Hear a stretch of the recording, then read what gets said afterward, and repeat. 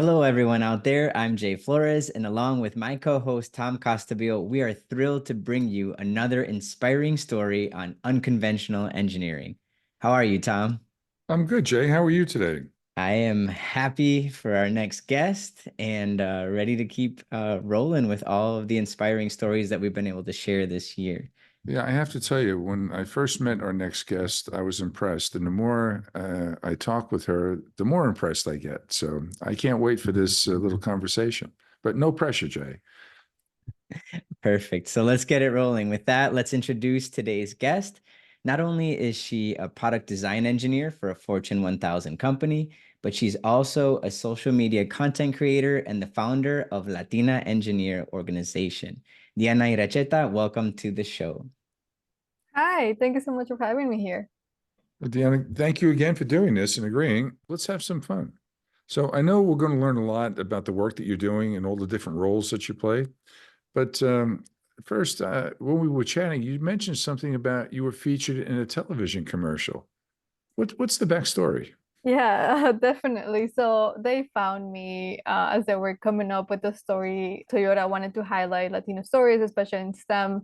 And so it was very interesting because I never expected to be on a commercial or anything like that. I am super shy, I'm an introvert, and I just been pushing myself to things that I just like I never thought I would do. But it was very, very interesting and I was very happy because it was about the thing that I like to do, advocate for Latinas in STEM, Hispanics in STEM and engineering. And so I was able to, geek out and like bring my pink robot and talk about the things that I did.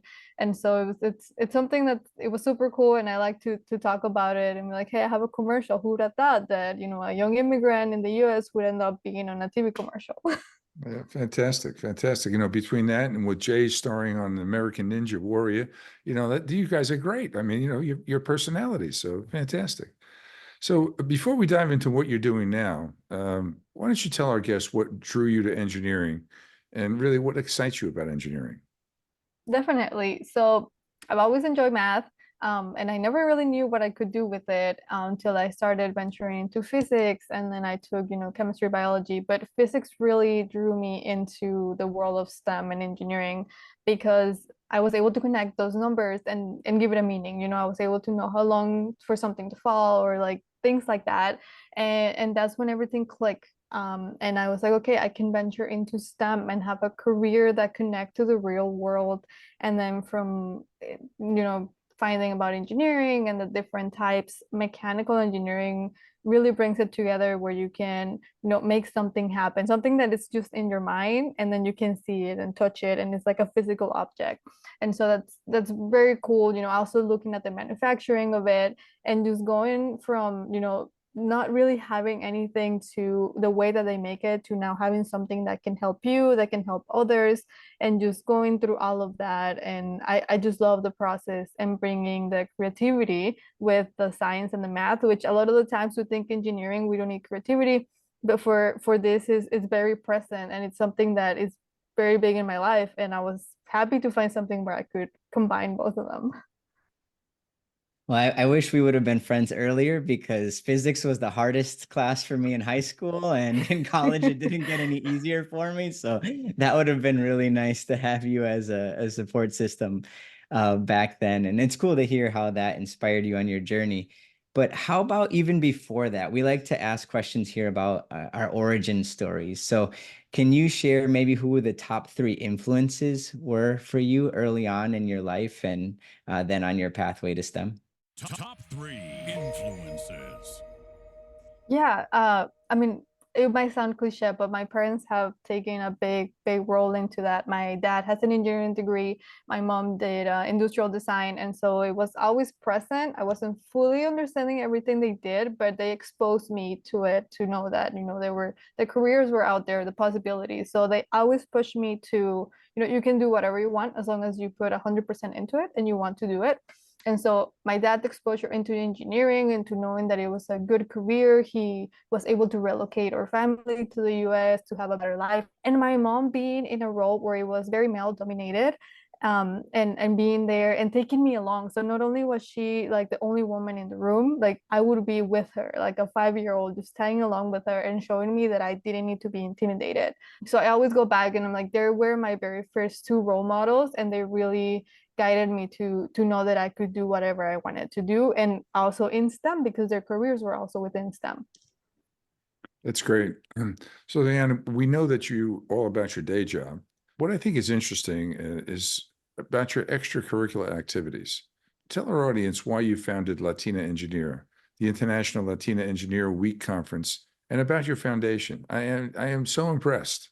Thank you. Yeah, shortly after I graduated college, I felt like we needed more representation of Latinas in engineering, and I needed to connect with others like me. You know, I wanted to have role models. I wanted to fill out those gaps that I felt like maybe weren't there when I was a student. And so I went online with a free website, a free blog, and I started typing, my experiences.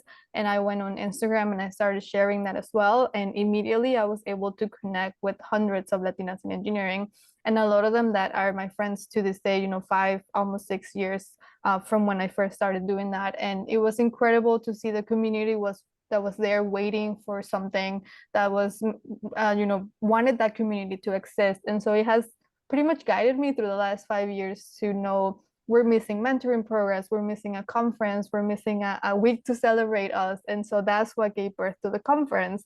And first time I did it, it was 7 days. We planned it, we did a YouTube live, and we were able to award scholarships, and it was great. This year is the 5th year we host, and it has just been amazing to see it grow, to have up to 700-800 women and Latinas in STEM, and also supporters register and attend the session and bring sessions that not only talk about very technical sessions, but also life, being the first in your family, doing fashion into it as well, motherhood. So just covering a lot of those topics. And the main thing is just seeing all those faces of all the Latinas out there and being able to help, whether it's mentoring or scholarship, just something that I'm super passionate about, and I can talk all day long. Well, that's good. I was going to mention that, you need to speak with more passion. Okay. So,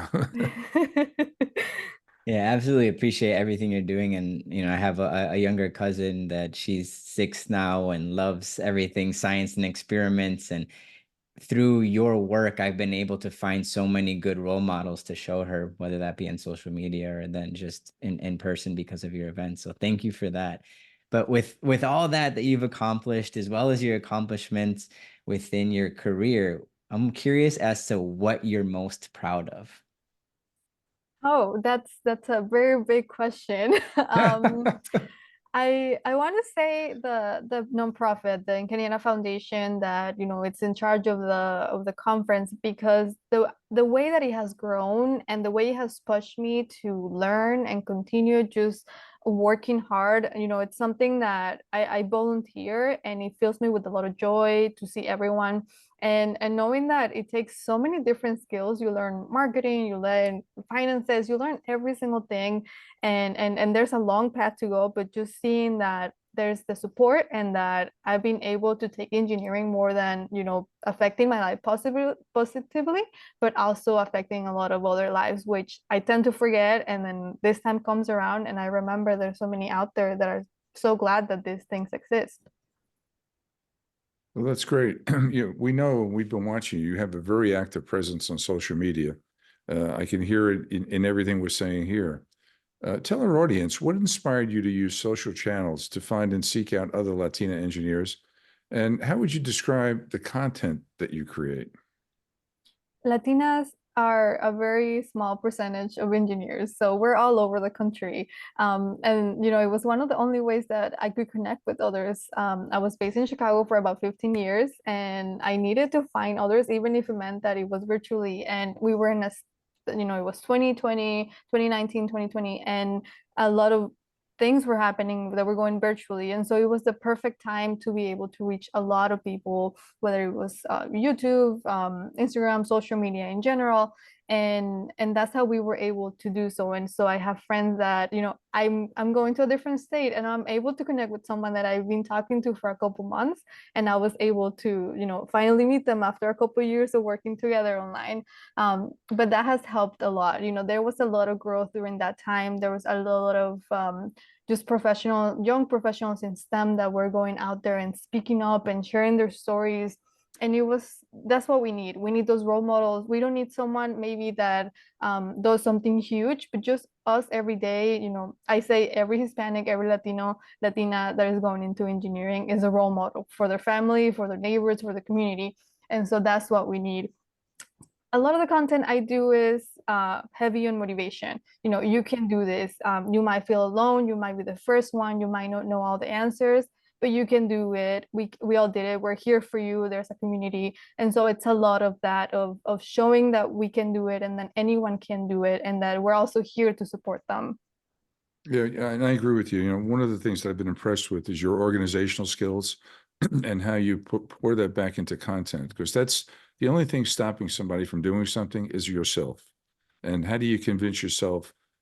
Look at the man in the mirror. I know a lot of times I don't get the right answer looking at the man in the mirror, but with the different role models that you're bringing out and the different opportunities that your conference and your foundation offers, it's very comforting. Don't stop.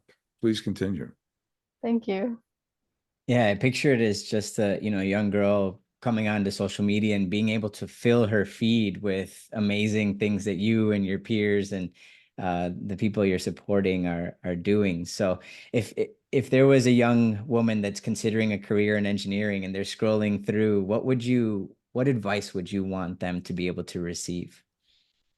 Definitely to, you know, try things. We're all new at you know, every single thing, and the only way we're going to do it is by trying.